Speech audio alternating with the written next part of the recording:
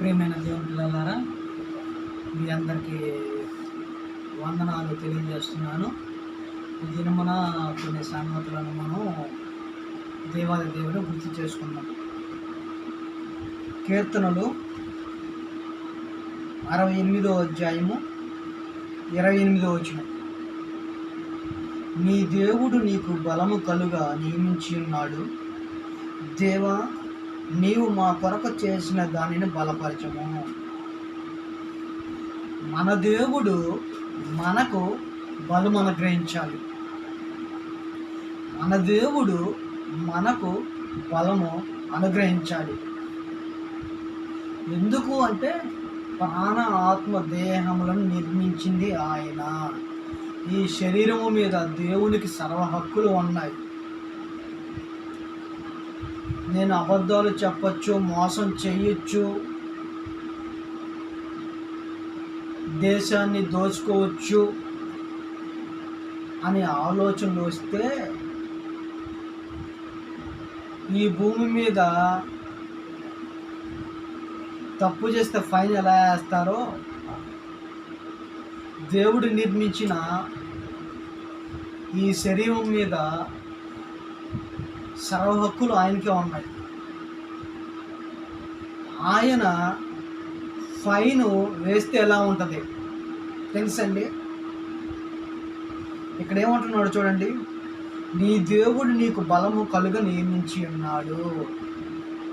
ఈ శరీరం మీద హక్కులున్న ఆ దేవుడు ఏమంటున్నాడంటే బలాన్ని నియమించి ఉన్నాడంట. జాగ్రత్త. బలహీనంగా ఉన్నావా? ఆలోచించు.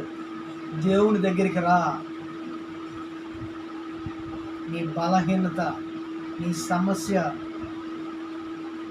ఎన్ని ఉన్నాయో అవన్నీ కూడా నువ్వు ప్రార్థన చేయి. దేవుడు మనకి బలాన్ని నియమించి ఉన్నాడంట. అలాంటి బలాన్ని మనము సంపాదించుకోవాలి. అయితే ఇక్కడ ఒక మాట మనం ఆలోచించాలి. ఏంటంటే దేవుడు ఫైన్ వేస్తే ఎలా ఉంటుంది అంటే 69వ అధ్యాయము 28వ వచనం చదవండి. జీవ గ్రంథంలో నుండి వారి పేరును తుడుపు పెట్టుము, నీతిమంతుల పట్టిలో వారి పేర్లు రాయకుము. చూశారండి? తప్పు చేసావా,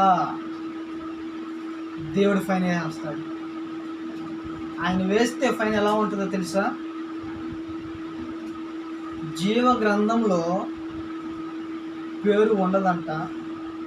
నీతిమంతుల పట్టిలో మన పేర్లు ఉండవంట అని దేవుడు రాయించిన పట్టిలో మన పేర్లు ఉండాలి.